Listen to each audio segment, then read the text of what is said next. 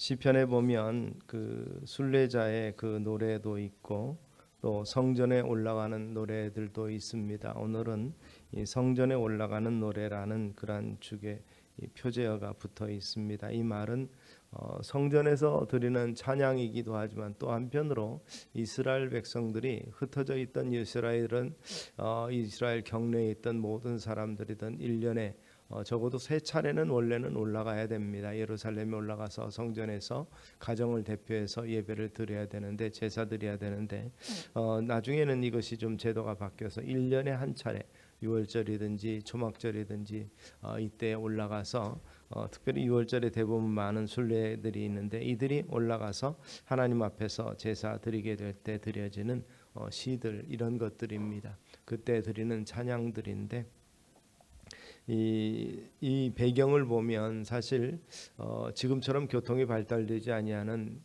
적어도 2~3천 년 전에 이스라엘 백성들에게 있어서 이 예루살렘으로 올라가고 또 제물을 준비해서 올라가고 한다는 것이 사실은 정성이 필요합니다. 양이나 또 소나 이런 것들을 준비해 가지고 가는 것들이 쉽지가 않은 여정이었겠지요. 도로도 충분히 발달하지 못하고 그때는 사실 로마가 길을 트기 이전이기 때문에 애굽으로 내려가는 길과 유럽으로 올라가는 길 그렇게 발달되지 않았습니다. 큰 길, 대로는 왕의 대로라는 것이 있긴 있는데 그러나 지금처럼 고속도로처럼 쭉 뚫린 길도 아니고 길가에 여러 가지 이 강도들이든지 이런 어려움들이 많이 있는, 그래서 한번 1년에 한 번이든지 이 예루살렘에 올라가기 위해서는 많은 준비가 필요합니다. 제물도 필요하고 또 하나님 앞에 드릴 제물과 물질도 필요하고 의복도 필요하고 다 준비를 해서 가기 때문에 보통 사람들은 삶의 정황에서 절박한 사람들은 사실은 예루살렘에 오기 힘들다는 것이죠. 두 가지 종류의 사람이 있습니다. 나름대로 여유가 있는 사람, 이제는 다 정말 소망이 없는 사람, 그래서 어떻게든지 예루살렘에 가서 하나님께 은혜를 구하는 사람, 그 두 가지인데 대부분의 경우는 사실상 이 도피성이라는 게 있고 주변에 제사장들이 있기 때문에 제사장들에게 가지 하나님께 나갈 때 빈손으로 나오지 아니하기 때문에 화산지경에 있는 사람들이 예루살렘 성전에 오는 일은 쉽지가 않은 일이었던 것입니다. 그러니까 겉으로 볼 때는 예루살렘 성전에 올라가서 하나님 앞에 한 차례 하나님 앞에 예배하고 제사 드리면서 제물 드리는 사람들은 나름대로 안정적이며 겉에서 볼 때는 별 문제가 없는 사람들이 하나님 앞에 제사 드리게 된다는 것이죠. 그것이 역사 속에서 보면 일반적인 일입니다. 그런데 이 순례가 먼 길을 떠나서 예루살렘 성전에 들어와서 하나님 앞에 엎드릴 때 하나님 앞에 집중하면서 이 사람이 깨달은 게 있어서 부르는 노래같이 보여집니다. 하나님 앞에 선 자신의 모습과 자신의 처지가 어떠한지를 보고 나서 그는 이 엎드립니다. 여호와여, 내가 깊은 데서 부르짖었나이다. 나름대로 평안하게 주님 주시는 복으로 잘 사는 것 같았고 나름대로 성공한 삶 같았는데 하나님 앞에 서고 보니까 내가 얼마나 큰 죄인인지 깨달았습니다라는 것이죠. 내가 깊은 수렁에서 하나님 앞에 부르짖습니다 하는 것이 오늘 시편 기자의 노래고 고백이라고 볼 수 있습니다. 하나님 앞에 섰을 때 자기 자신이 깊은 수렁 가운데 있는 것처럼 느껴진다는 것입니다. 또 하나님 앞에 인생과 삶을 돌아볼 때 혼자서는 헤어나올 수 없는 늪과 같은 수렁 같은 곳에 자기가 있다는 것을 고백합니다. 보통 사람들은 큰 예상치 못한 병이라든지 또 사업에서 실패하거나 가정에서 갈등이나 어려움이 있을 때 깃든 이 고통을 경험하게 됩니다. 또 관계에서 어려움을 겪을 때도 소외감이나 또 이런 것에 빠져서 좌절과 절망을 경험하기도 합니다. 그런데 이 순례자는, 오늘 시편 기자는 사실 여태까지 올 때는 거의 잘 온 것 같습니다. 그러나 예루살렘에 올라가서 성전 앞에 서게 되니까 욥과 같은 그러한 하나님 앞에 서게 되는 욥과 같은 중심으로 회개하는 모습이 이 안에 있는 것이었습니다. 겉으로 봤을 때 문제가 없는 삶이었지만 그러나 자기 삶을 돌아볼 때 수렁 같은 곳에서 외형적으로 성공한 인상이 아니라 번뇌와 번민을 갖게 되고, 그래서 궁극적으로는 여호와를 바라고 그리고 여호와의 속량과 인자하심을 바라는 목소리를 낼 수밖에 없는 상황이라는 것입니다. 그런 면에서 우리의 내면적인 부분을 돌아보면서 시편 기자의 고백이 남의 고백이 아니고 그저 2000년 전에 그 이상 전에 특별한 이 순례자의 그 마음의 상태를 그냥 노래한 것이 아니라 바벨론 강가에서 수금을 걸고 예루살렘으로 돌아가기를 기다리면서 눈물로 기도하며 하나님 앞에 호소했던 이스라엘처럼 이제 그들은 예루살렘을 사모했는데 이제 예루살렘까지 왔는데 그 다음에 그들은 그들의 삶의 모습을 돌아보면서 그 스스로 하나님 앞에 어떠한 존재인가를 깨닫고 어떻게 보면 무력감입니다. 하나님의 도움 없이는 내가 속량 없이는 이것에서 벗어날 수가 없구나 하는 그러한 생각을 하게 된다는 것이죠. 그 문제가 뭡니까? 그가 그 같은 자각을 하게 되고 여기 보면 깊은 곳에서 주께 부르짖고 주께서 내 소리를 들으셔야 됩니다라고 호소할 수밖에 없는 이유를 그는 죄의 심각성에서 발견합니다. 결국 그가 죄인임을 깨닫게 되는 것입니다. 예수님을 처음 만날 때 베드로가 나는 죄인입니다. 나를 떠나소서 하고 엎드렸던 것은 그가 주님 같은 이 하나님의 사람, 하나님의 전능하심과 능력을 보여주시는 분 앞에 그 하나님 앞에 자기가 서니까 자기가 너무 초라한 것이죠. 사실 따지고 보면 자기 생활에 충실한 사람이었고 크게 잘못도 없는 것 같은데 이 능력의 주님 앞에 서가 보니까 결국 자기가 얼마나 부족한지 자기가 그동안에 중심에서 하나님께로부터 얼마나 멀리 떨어져 있었는지를 깨닫게 되고 죄인 옆에 가까이 이스라엘 사람들은 죄인과 상종하지 아니하고 가까이 하지 아니하고 죄인이다 그러면 격리하고 봅니다. 나병이라든지 기타 피부병 기타 여러 가지 병이 있을 때 그들은 제사장으로부터 완전히 치유되었다는 자유를 선언을 받기 전에는 진 밖에 성 밖에 거주합니다. 결국 이 불가촉 접촉하기 힘들도록 분리를 시키는 것이죠. 이처럼 죄는 멀리해야 된다는 개념이 그들 속에 있기 때문에 그가 주님 앞에서 하나님 앞에서 죄인인 것을 깨닫고 나를 떠나소서 말합니다.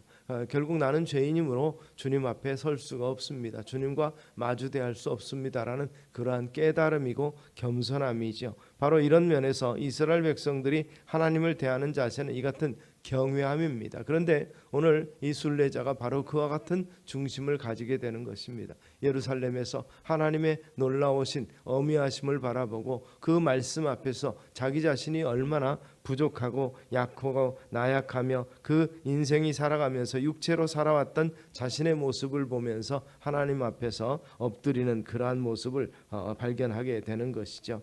하나님의 형상대로 우리 인간은 창조됐지만 그러나 하나님을 온전한 주인으로 또 우리의 왕으로 모시지 않는 것이 교만입니다. 사사기를 보면 그들에게 왕이 없으므로 그들의 소견에 옳은 대로 행하였더라.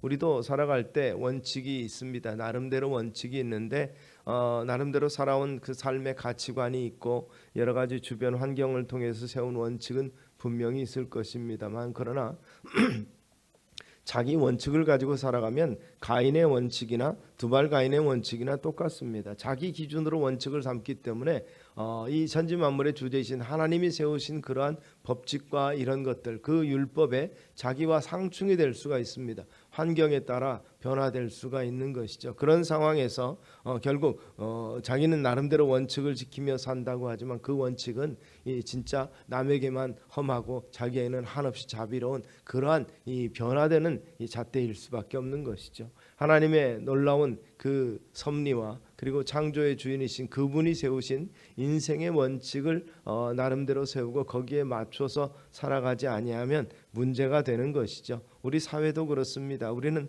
법이라는 것을 만들어 놨습니다.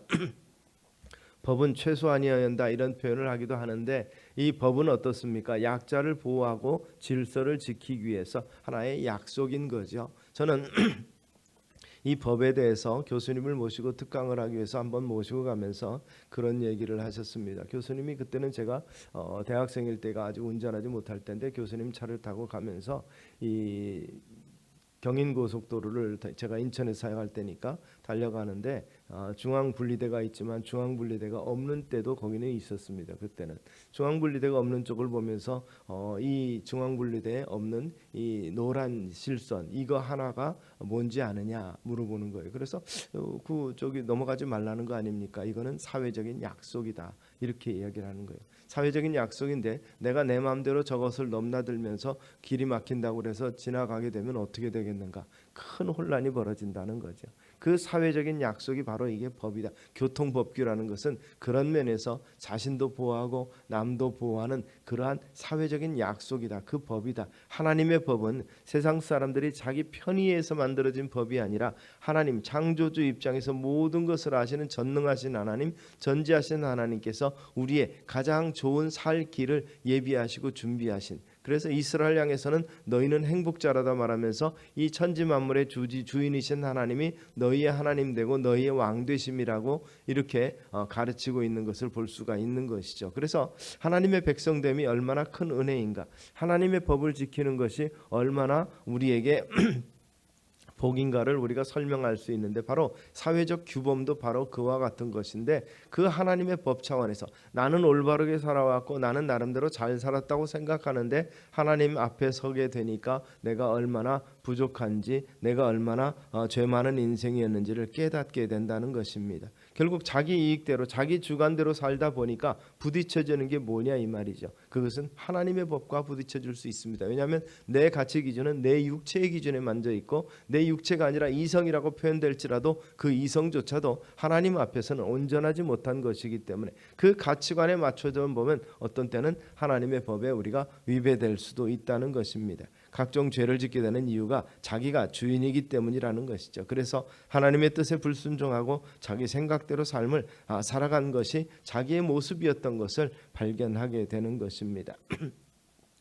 주님께서 이웃을 사랑하고 하나님을 사랑하라고 말씀하지만, 사랑할 만하면 사랑하고 사랑할 가치가 없다고 생각하면 당연히 그렇게 하지 아니하는 것이 사람이 가진 원칙이다 보니까 오늘 순례자의 고백을 우리는 생각할 수 있는 것입니다. 그런 면에서 하나님께서 그의 죄를 감찰하시고 깨닫게 하시고 눈을 밝혀주시니까 그는 그것을 알게 된 것입니다.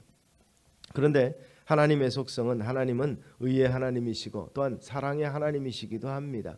의의 하나님께서는 죄를 멀리하시고 죄를 미워하시고 죄에 대해서 진노하시고 심판하시는 그러한 하나님이시죠. 하나님 앞에 엎드렸을 때 지금 자기가 깊은 수렁에 빠져 있고 그 원인이 죄악 때문이었다는 사실을 알게 됐을 때, 하나님께서 하나하나 살피시고 계신다는 것을 깨닫게 됐을 때 결국 그의 종말을 바라볼 때는 좌절할 수밖에 없었던 것입니다. 그럼에도 불구하고 하나님 앞에 예배하는 자를 찾는 자, 부르짖고 기다리는 자에게 은혜를 베푸신다는 하나님의 약속 때문에 결국 그는 소망을 갖게 되는 것이죠. 자기 인생의 주인 노릇하고 살아왔던 자기들의 삶을 이제는 하나님 앞에 내어놓는 것이 그의 삶의 모습이 된 것을 봅니다. 죄를 지으면 책임져야 하고 하나님의 심판 앞에 서게 된다는 것은 진리라는 것을 우리가 이 시편 기자처럼 깨달을 수 있게 되기를 소망합니다.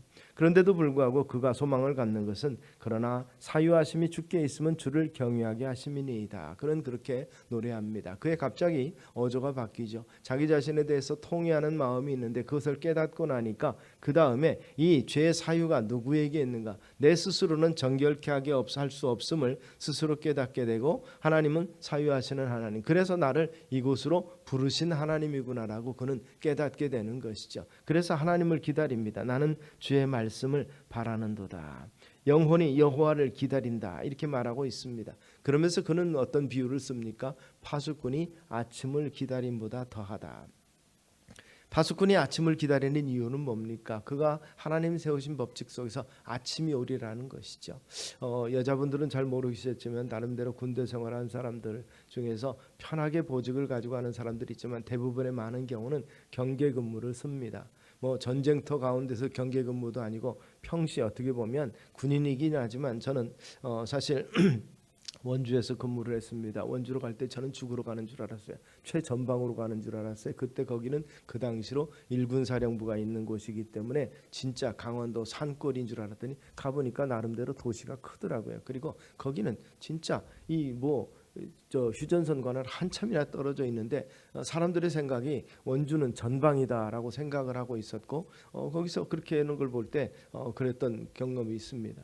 따지고 보면 원주역 바로 뒤가 저희가 근무하던 부대였는데 저희도 근무를 서게 되면 경계 초소를 하나를 맡아서 서게 되는데 사실 2시간씩 쓰는데 그게 그렇게 힘들었는지 지금 생각해 보면 이해가 좀 안 돼요. 그 당시는 잠깐 군복을 입고 있었기 때문에 그런지 몰라도 그 두 사람씩 교대해서 2시간씩 교대를 하는데 1시간 하면은 너무 짧으니까 차라리 좀 쉬는 사람은 더 쉬라 그래서 다른 데는 1시간씩도 하는데 왜 우리만 2시간이냐 그래가면서 불평하는데 사실 따지고 보면 그게 돌아오는 게 어쩌다 보면 한 달에 한 번 돌아오는데 그게 그렇게 싫습니다. 그게 그렇게 힘듭니다. 2시간 좀 깨어있는 게 그렇게 힘들까요? 지금 생각하면 아무것도 아닌데 아마 그때 핸드폰 주어졌다면 유튜브하다 보면 아마 2시간은 그냥 가지 않을까 생각을 해보는데 그렇게 쉽지가 않은 거예요. 그 경계병 그러다가 유격 훈련을 가보면 이제 거기도 경계 근무를 쓰게 되는데 어느 날은 잘못 썼어요. 경계를 잘못 쓰다 보니까 날이 밝아올 때까지 이제 12시 넘어서 1시쯤 제가 시작을 했는데 날이 밝아올 때까지 교대병이 안 오는 겁니다.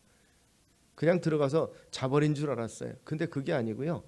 이 사람들이 1시간씩 서야 되는데 30분도 안 서고 교대 다음 병력을 깨워서 하다 보니까 그게 당겨져 가지고 제가 원래 5시쯤 서게 돼 있었는데 1시쯤 서게 된 거예요. 시간도 모르고 무조건 나가서 서다 보니까 날이 훤히 밝아오는데 그렇게 억울할 수가 없더라고요. 그게 그렇게 쉽지가 않아요. 그런데 이 경계병들이 바라는 게 뭡니까? 그 시간만 지나가면 그리고 또 근데 이 당시로 보면은 뭐 시간 단위로 나눠서 하는 게 아니라 밤이 서게 되면 그 밤을 통째로 파수꾼이 아마 밤을 기다리고 아침이 될 때까지 기다리는 모양이었던 것 같아요. 그러니까 어떻습니까? 이가 기다리는 거는 날이 밝기만을 기다리는 거예요. 이거 지나가면 이 경계 근무 그들은 사실 이 제가 경고했던 것처럼 평안한 가운데서 경계 근무가 아니라 언제 적이 쳐들어올지 언제 자기가 그 상대방에 의해서 이 목숨을 잃게 될지 모르기 때문에 이 자는 것, 조는 것은 죽음이겠죠.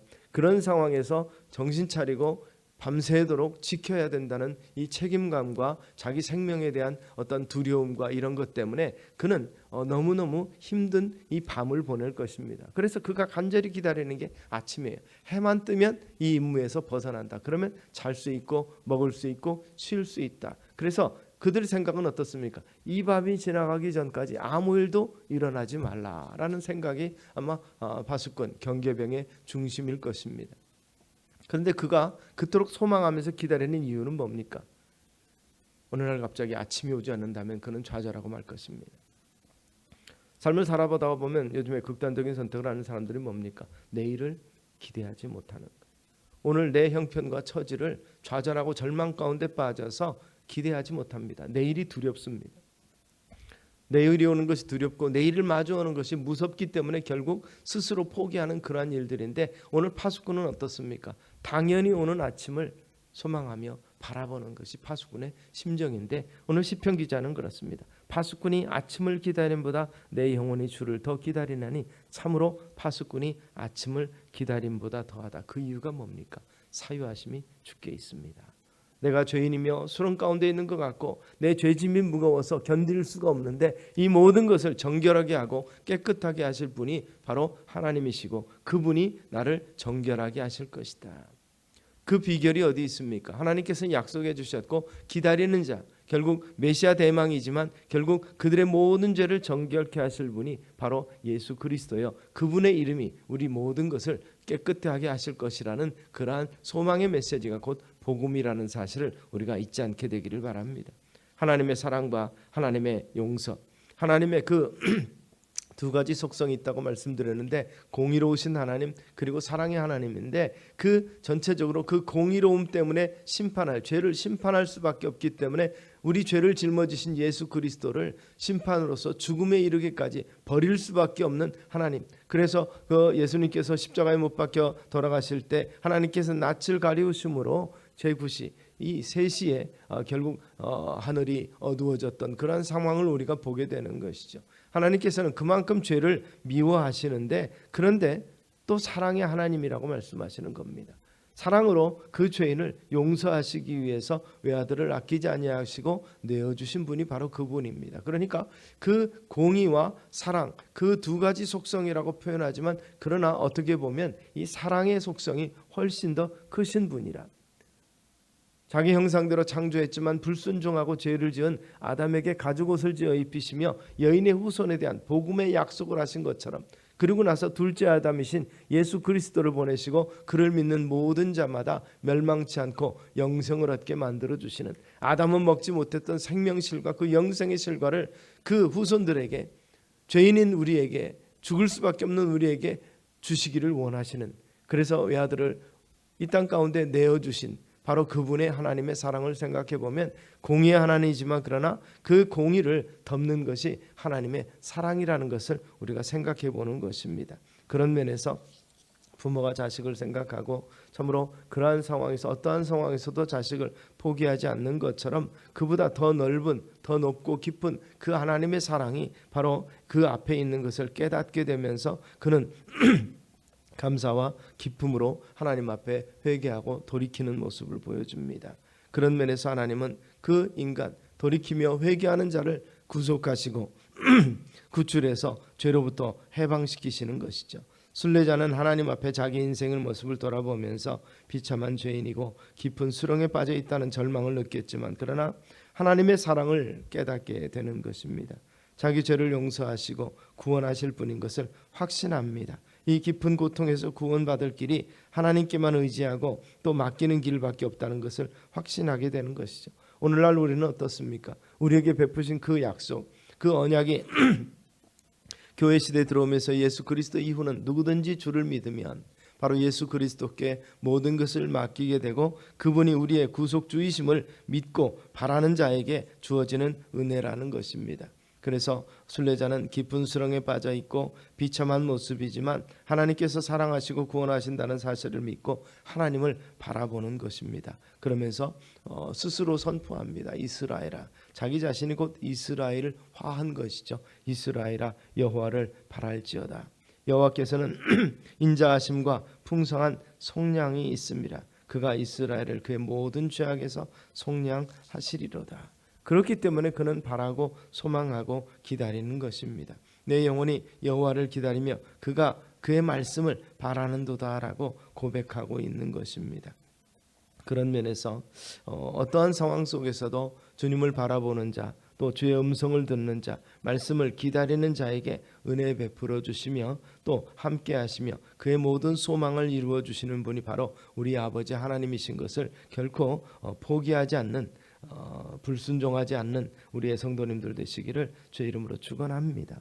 그런 면에서 시편 기자는 사유하심이 주께 있기 때문에 내가 죄와 사망 가운데 죽은 자를 다시 살리시는 은혜와 능력과 권능이 그분에게 있기 때문에 참으로 주님을 경외하게 합니다라는 얘기를 고백합니다. 내가 하나님을 경외합니다. 두렵고 떨림으로 하나님 앞에 예배합니다. 예배에 집중하고 예배의 중심을 가지고 정말 심한 표현으로 예배에 목숨을 거는 믿음의 삶을 살아갈 때 우리는 승리할 수 있다는 것입니다. 죄와 허물로부터 온전해지는 그 은혜를 사모할 때 우리의 연약한 모든 모습 가운데서 정말 그리스도 안에서 장성한 모습으로 그리스도의 온전한 형상으로 우리가 새롭게 되어질 것을 우리는 믿는 것이죠. 그렇게 해주시겠고 그때까지 마지막에 심판이 있을 때까지 우리를 지키시고 보호하시며 선하게 인도하시는 분이 바로 우리의 주님이시라는 사실을 성경이 약속하고 있기 때문에 우리가 담대하게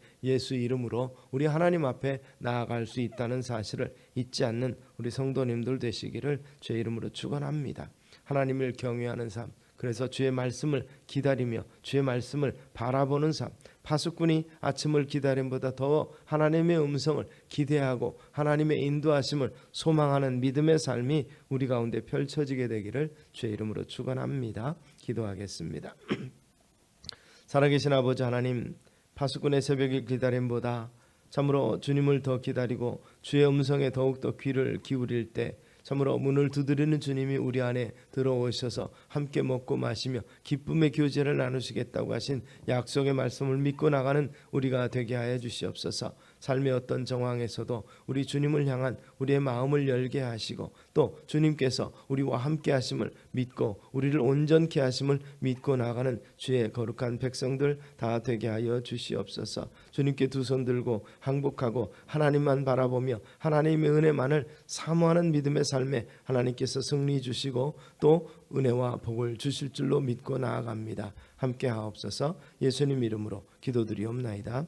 아멘. 다 같이 일어서